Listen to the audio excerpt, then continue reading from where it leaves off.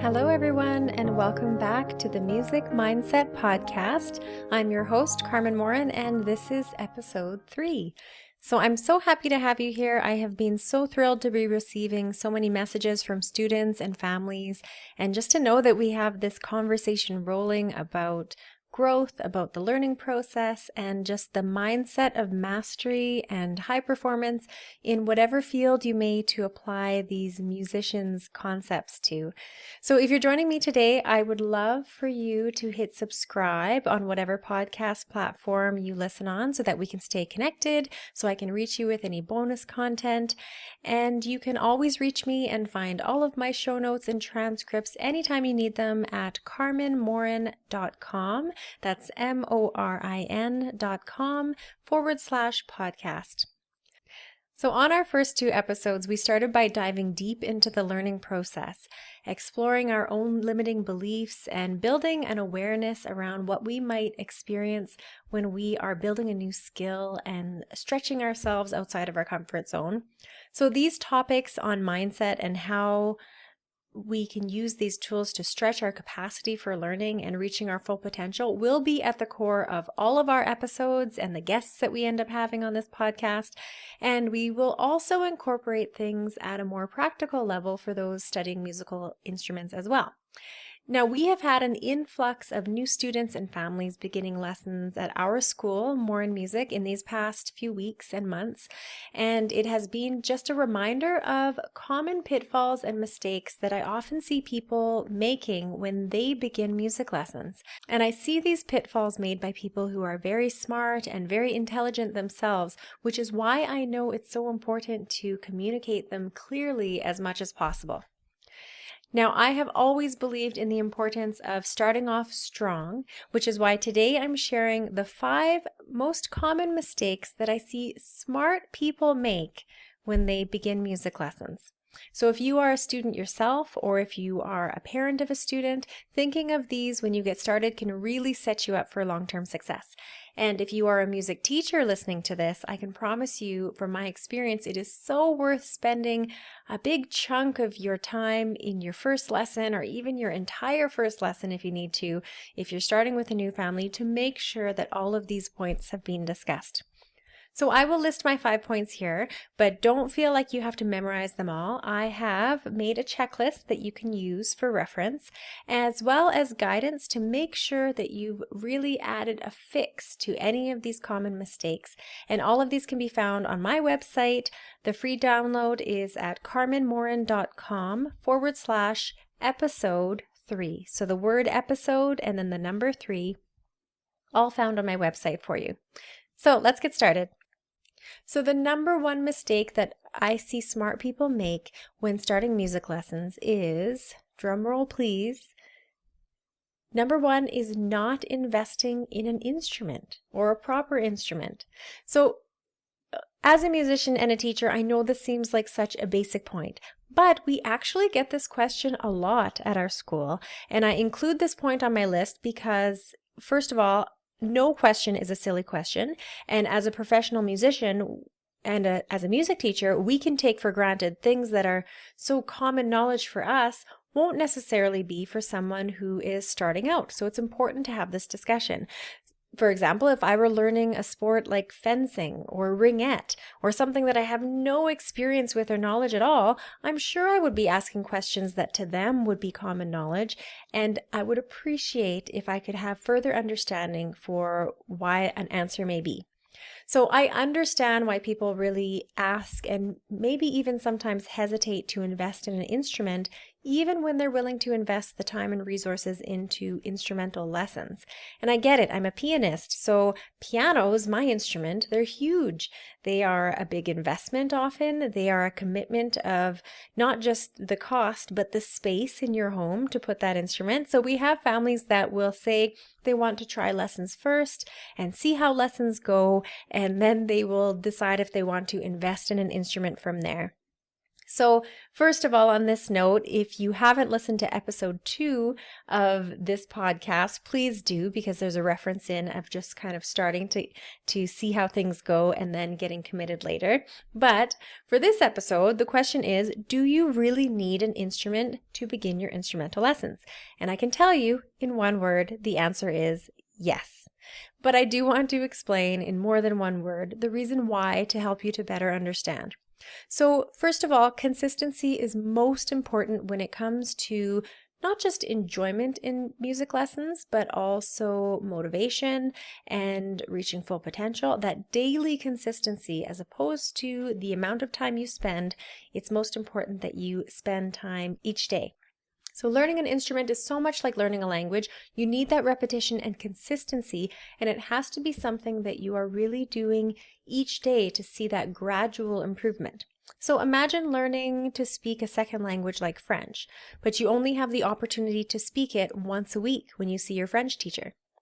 Imagine that you are learning to ride a bike, but you only have access to touch a bike once a week. So in these comparisons, it's helpful to be able to understand, but I almost think learning an instrument is even more important to have that equipment and that instrument there, because learning a musical instrument is very much a discipline of delayed gratification, which means it's very different to other skills or activities that you may do. Take, for example, if you were starting to play the game of soccer. You might be able to attend a weekly practice, get started to experience the game, understand the rules, build your body awareness. And each time you would go to soccer, you would have a little bit more fun, you'd gain a little bit more confidence, and it would motivate you to come back again to the next practice, see your friends on the field, and engage in that even more.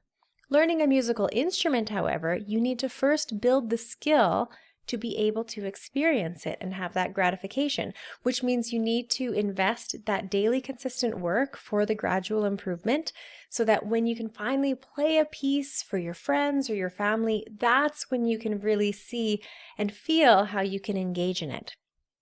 So sometimes it leads to the question of, well, what if we don't invest in an instrument as we get started, and maybe it'll just take a little bit longer, because instead of practicing each day, you'll just practice once a week at the lesson, and we're okay with that. So we might hear a family say that, or a student say that. So unfortunately, no, because the instrument training depends a lot on that skill building, which means that you have to learn one skill before you can build in another layer and go on to the next skill.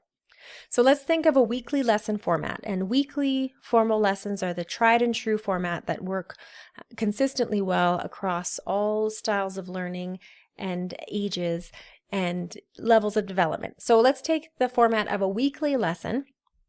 And what would happen in the lesson is you would reinforce things that you learned previously, but then you would learn a new skill or a new bit of material in the lesson.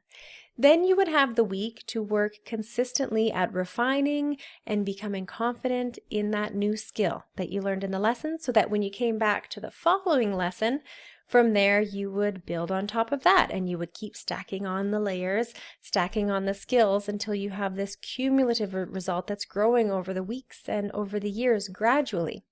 So without an instrument at home, you create this frustration where you can't move on to the next step in learning, and you have to keep repeating that same layer. So any progress that you make in your lesson then gets lost throughout the week, and you're stuck doing the same thing again and again at next week's lesson. So that brings up the issue of you'll need patience, but more importantly, it actually really can stunt your motivation when you're getting started, because the more motivated you are will come from the more momentum you feel in your progress when it comes to playing a musical instrument. The more you can play, the more it propels you to go forward. Beginner lessons can be a slow process as it is, and since it's something that you've never done before, you really need that forward momentum to stay engaged. So by drastically slowing the process down by working without an instrument at home is just adding a big pile of challenges onto it. It pretty much guarantees that you won't have that progression, and if you're experiencing that, it may also be misunderstood as you not being capable. It wouldn't actually be a representation of what you're capable of, but by experiencing this frustration each week and having to constantly go back and redo things instead of moving forward, it will add a lot of challenge to the process. Learning that daily consistency is a key component to the learning style of music lessons, so it would be a huge disservice and also really unfair to anyone having to experience that. So parents who ask if they can start without an instrument, I always say it's best if you wait until they're ready to really begin and give them a fair shot of a positive learning experience. But there are many other ways that they can become exposed to music if you don't have access to an instrument. You can join a music program that does not require daily practice. There are lots of music activities and programs that will focus more on faster gratification and instant gratification, where you can build skills within that one class and it doesn't really require the daily practice. Certain choirs and choral groups, musical theater groups won't necessarily rely on you having to practice each day consistently at home to refine your skills, but you can still enjoy moving forward with the group without having to focus on that skill building. From there, you can decide if you want to pursue formal training and really start to learn to play a musical instrument. Now, if you're still really set to learn a musical instrument, but you don't have access to one, I believe that there are always instruments available. I have an abundance mindset, and I have just seen over the years that if you really want access to a musical instrument, there are many ways to get one. You can ask around, you can look for donations. There tend to be family members, neighbors, churches who may have extra instruments that they are hoping that someone would use and they'd be happy to share. Starter instruments like a small piano that you could get started on playing. Now, this does not mean that you should use apps and iPad pianos. It does mean that you should still invest in a proper instrument, but you can think of what stage of learning you're on and then determine what level of instrument you need to begin there. Starting with keyboard geography and basic tone control, there are many digital keyboards with weighted keys that you can have access to. We send our students to Steinway Gallery in Calgary because they have an amazing rental program where you can have access to digital keyboards at a very reasonable price, and most communities and cities will have similar programs like this as well. So as long as you're clear on what your needs are for your stage of learning and you get started with this, you can begin with something that will suit your needs now, and then you can upgrade later to an acoustic upright. And then from there, as you advance your skills, you might upgrade again to a grand piano when you need that dynamic color and range in your instrument. So however it looks for you, when you are ready to begin formal music lessons, it will be most important and will set you up for the most positive experience if you make sure that you do not make the mistake of not having a proper instrument at home. So the number one mistake is not having an instrument, and I would definitely say that you want to have one to get started. So now let's go on to number 2. The second mistake that I see smart people making when they are beginning a musical instrument is not setting a practice routine.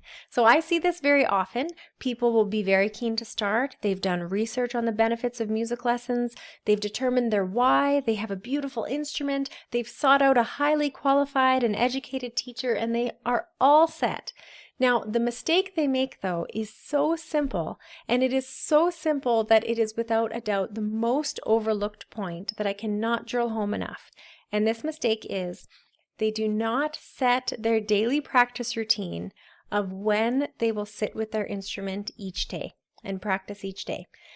And you'll notice that I'm not saying anything about what's happening in the practice. I'm just talking about that action of getting to your instrument every day. So you understand when I explain why consistency is so important, but this one action of finding where your practice belongs in your daily routine is such a simple step that too often it gets skipped. So skipping this step leads to practice battles, slowed progress, decreased motivation. So many things can be traced back to skipping this one simple step, I promise. Music lessons are unique in that the success you experience has so much more to do with what happens at home away from your teacher, which means that learning to play an instrument is a lot more about learning how to learn and learning how to practice. If you are new to lessons, there will be and there should be a little bit of a hump to get over at the beginning of when you start the learning process because you're adding something new to your daily routine. But you incorporate your practice each day at home the same way you've incorporated many other things that you don't even think about. We have so many habits that are truly routine, which means we don't even give them a second thought each day we do them. When something is truly routine, it means you start the action without much effort. You don't think about whether you should or you shouldn't. No energy really goes into fitting it into your day. It's just something that you do each day. This is what you want to get to as soon as possible when it comes to home practice. And the mistake that I see happen commonly is that this gets delayed and isn't prioritized because it just seems too simple to be important.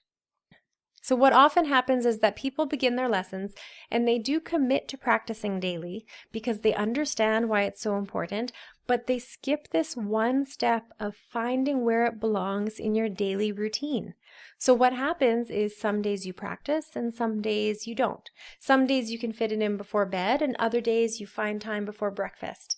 You are always working on fitting it in because it doesn't really have a place, a home in your daily routine. And because of that, it will be the thing that gets bumped and it will be the thing that takes so much energy to fit in each day. Think of the things that truly are routine and how easily they come to you. Parents, think of the things that are routine for your children and notice that they don't try to negotiate with you about them. They don't negotiate with you if they will brush their teeth at night or read a book before bed. If it's something that they do every day, it's just something that gets done. When it's not actually part of your routine, what happens is you are always working to fit it in, and this is work in itself.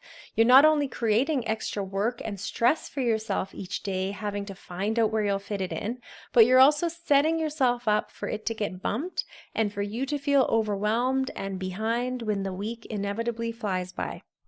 So I will give you a secret. When I speak to families at our school who are struggling with motivation, lack of progress, not wanting to practice, not reaching their goals, resisting practice, not feeling musical, any of the common struggles that can come up, I can tell you that 99% of these can be greatly alleviated by doing this one simple step. I will meet parents and students who will join learning workshops. They will read every book I recommend, but still skip this simple step. So I used to recommend that people practice at the same time every day, but I've changed my language around this because I've learned that if you have scheduled yourself to practice at 4 p.m. every day and then something happens, as it inevitably does in life, then what happens is you can feel overwhelmed or like you've already lost if you don't get to the piano right on time or get to the instrument right on time. So what I say now is that you don't have to practice at the same time each day, but instead you do have to attach your daily practice to a routine habit that you have each day. So that is, attach it to something that you already do automatically without really thinking too much about it.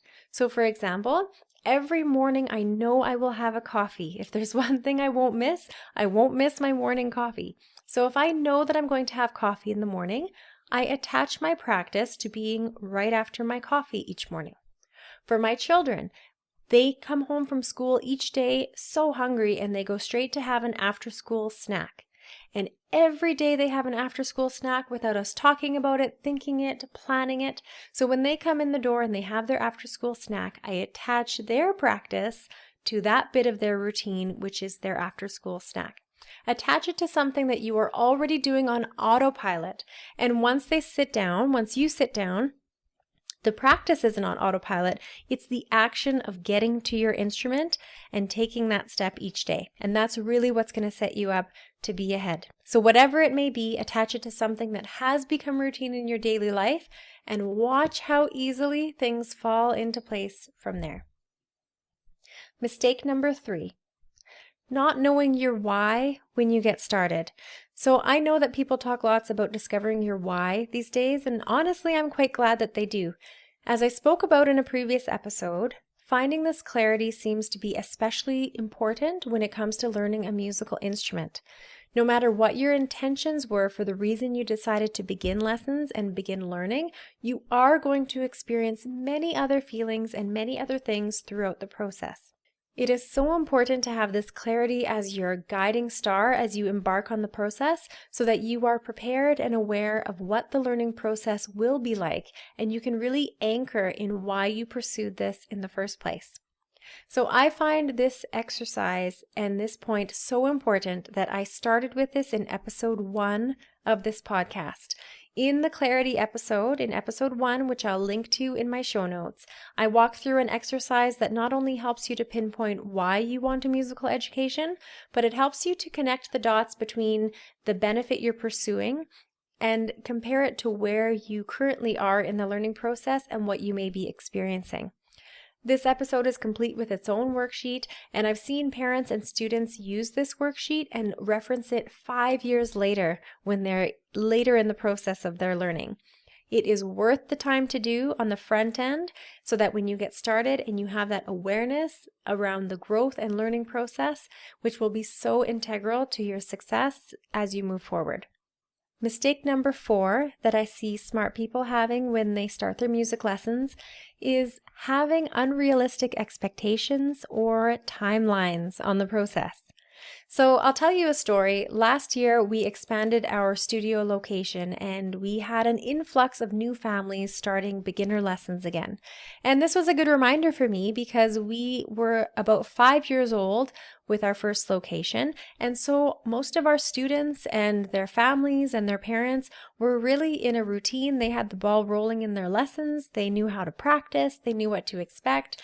And so it was very helpful to go back to basics and to be working with a large number of beginners again, the way that we did when we first opened our school. So we aim to do a healthy amount of education and parent education when families start lessons, but I will never forget this one family. They were one of the new families who came to us when we expanded our location, and I received a call from them 3 weeks into their lessons, and they were terribly concerned. So after 3 weeks of lessons, which is 3 lessons for their 7-year-old child, they thought that their child would be playing several pieces on the piano. They thought that their child would be practicing daily without their help and have independence. So even though we felt we had communicated what to expect and their teacher had been working at communicating this with them, they were still expecting an instant gratification experience. And I know that this example is an extreme one, but as director of the school, I always aim to take complete responsibility if someone is not fully informed or if they're not clear on the process. And I look at how I could have been clearer for them to understand what they might experience in the learning. So, which is why this is my point number 4. It is very good to be goal-oriented. I think it's healthy to strive towards playing a certain piece or to have a certain timeline that you're working towards, but especially in a skill or a discipline like musical training, more important than attaining any goal is always that act of striving towards it. So although we should absolutely set goals and work towards them, it's most important that we don't let the goal that we're chasing to be at the expense of the really fruitful parts of the process and the experience. Making sure that we are staying clear on the learning process and all of the areas of growth that you can experience throughout is really the process that we want to attach to. So we want to attach to the journey as opposed to the outcome. Still strive towards your goals, absolutely, and your teacher can give you some ballparks on what to expect. But I always encourage students and families to attach to that growth experience and stay realistic in what they had in mind for the process and for the timeline. So for example, and you'll see a space for this in the worksheet that I have available on my site. For example, instead of saying, I want to be able to play at least 10 different pieces within the first 2 months, instead you would attach to it, I want to build confidence to be able to read new music each week. So you can still keep track of how close you may be to those 10 pieces, but in that slight change of language and messaging, you're focusing more on the skills you're building and the process of getting there, as opposed to just chasing that deadline or that outcome that you may have had in mind when you got started. And lastly, let's go to mistake number 5 that I see smart people making when they begin music lessons, and this is working without a framework or any feedback. So I 100% believe that the early stages of musical training are the most important to invest in. And also having a clear framework for how you will progress through these early stages. These early stages of when you are a beginner and really laying the foundation for future learning can really set the tone for your own learning, but also the momentum that you'll have throughout the rest of your learning process. I meet all the time people who believe or have chosen that they will start early musical training in something more casual, maybe something more about entertainment to get started.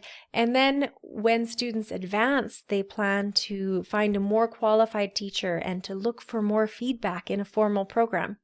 So as a teacher, I can tell you that quite the opposite is true. And if you ever ask any qualified or advanced teacher who has experienced a transfer student who is really lacking in foundation, it is so challenging to help them to break poor habits and to go back and to relearn and to have a strong foundation in their training. And this is not just in their playing and their technical ability, but this has lots to do with what they've established as their pace of learning. And if they've become comfortable and accustomed to building on new skills, and if they know what it feels like to have challenges and push through them. People who say they've been learning for 3 years, for example, but if their focus has been mainly just playing many pieces and learning many songs, working in books, but they haven't really been pushed to progress, they've been focusing mostly on quantity of music. It's very hard to take that background of learning and then try to progress and develop skills to move them forward. So very often I meet people who have said they have been learning for a certain amount of time, but it's so important to know that this is not quantity based. So it's very important that you are working with a framework and with feedback from a professional that you can have guidance from. So the same way that you would in any other area of education, it is so important to educate yourself so that you have a framework of learning and someone to work with feedback. So for example, we'll see families who have had their children or adult students who have learned through learning apps. And these apps treat learning a musical instrument a lot like a video game. So as long as you're pressing the correct keys or pressing the correct buttons is the expression that people joke about, then it makes you believe that you're learning how to play the instrument. But there is so much more to it than that. And in the skill building, so by moving through a program where you didn't have that feedback, or working with something like an app where you didn't have that framework or that human feedback and guidance, you are actually setting yourself up for more work and struggle later on when you try to finally develop the skills that you need to propel yourself forward. So taking the time to really learn the difference between exposure to music as opposed to skill building and training is educating yourself so that you know the difference, and having a professional that you can ask for feedback and make sure you feel confident with how you are investing your time and your resources is invaluable and so important to do at the beginning of your journey as opposed to waiting until later on. So those are my top 5 mistakes that I see smart people make when they are getting started in music lessons. Considering these when you begin are sure to help you get off on the right foot and to be in a position for a positive experience and long-lasting enjoyment and learning. As I mentioned, you can download the checklist of these top 5 mistakes on my site, carmenmorin.com/episode 3, the word episode and then the number 3, where it includes a step-by-step checklist and also some guidance to help you to really see if you've addressed the issue and you can feel confident that this isn't a mistake you're making as you get started. So again, thank you so much for being here and for listening. I would love for you to subscribe if you haven't already on whatever podcast platform you listen on. And I look forward to staying connected with you on your journey towards mastery and whatever you are using this music mindset for. Next week, I want to dive deeper into education. What does that word educated really mean? And what I believe it means when it comes to having a music education. And there's a lot of conversation that can be had around this topic and around this word. So I look forward to exploring it with you and hopefully hearing what you have to say about it as well. So until next time, thanks so much again for listening, and I will talk to you again soon.